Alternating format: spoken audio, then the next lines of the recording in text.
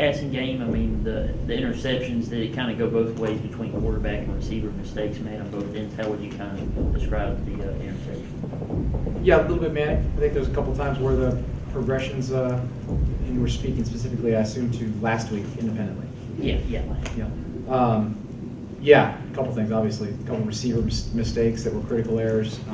Obviously, a couple errors on the quarterback on a wrong progression, and the last one being a fourth down, got to throw it in the red zone, got to throw it in the end zone. I wouldn't even, that one's not even one that even we're talking about, but yeah, turnovers can't happen. Fumbles weren't really a problem, but running game again was slow getting going. Is that really kind of all centered around that?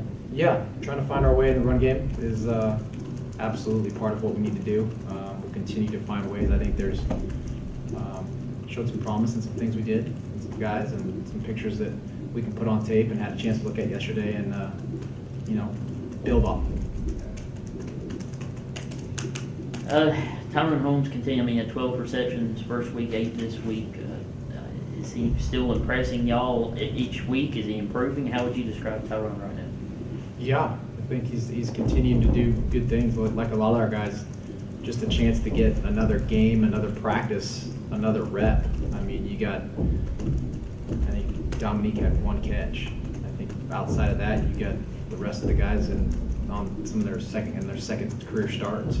So T's one of those guys. Another game, another practice, another rep, and he's getting better every week. And a lot of the guys, he's the guy in a position that makes some plays, and obviously we're building on that. He was a guy that was a quarterback in high school. I mean, is he somebody you had to teach to be a receiver, or is it just an athlete's an athlete? You can get the best guy on the field kind of thing? Yeah, he was a quarterback in high school, and he would play.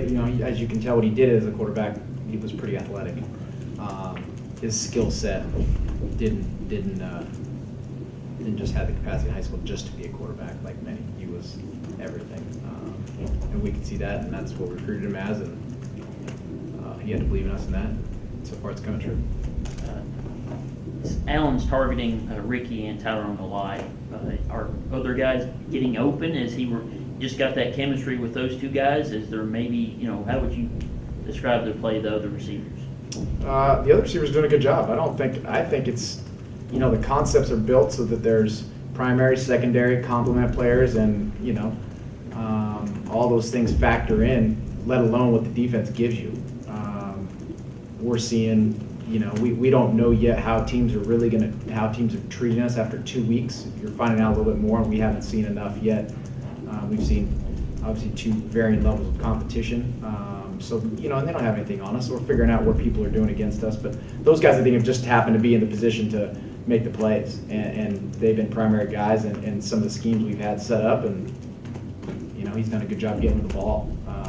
That doesn't at all downplay the play of the other receivers, and Tripp and Dominique and Marquise Ricard and James Cox on the touchdown. I mean, the wealth may not be as much to each one, but I think that's just a nature of our scheme. Arkansas defensively, what have you noticed on film? Another big team, another SEC big team. They got some senior guys speckled amongst the starting 11 there out front at the Mike position. The back end is a senior. Some guys who played some ball. They're in the process of obviously teaching their system, and so I think with what they do solid. They believe in it. They line up. We're gonna have to play really good ball again. They got some defensive ends who are really athletic. They got some big guys up, a couple big guys in the middle. They got again backers who played, a DB in the back end who can control some stuff, and athletes outside. It's an SEC football team there. We're gonna see it. How do you think this team looks at their record? 0-14 or 0-2? That'd probably be a question for them. I know we're looking at it as, every time we had a chance yesterday to sit down and with this team, it's the second chance we've had to see live tape.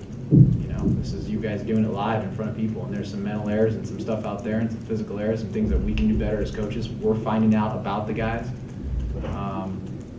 this is just week 2. Now we're going into week 3. That's really how we look at it. I don't know exactly if they're thinking 0-2, 0-14. That's not even in our conversation. Coach Monken said the whole team was kind of beat up right now. How big a problem is that for you? Well, I think when you get any semblance of injuries with a team that's, when you're not as deep as some of the teams you're playing, you're going to have some problems. You're playing Nebraska, and they've got, as many of us know, just short of probably 150 guys before school starts out there in the field, ready to try to win a black shirt. You're going to be up against something now.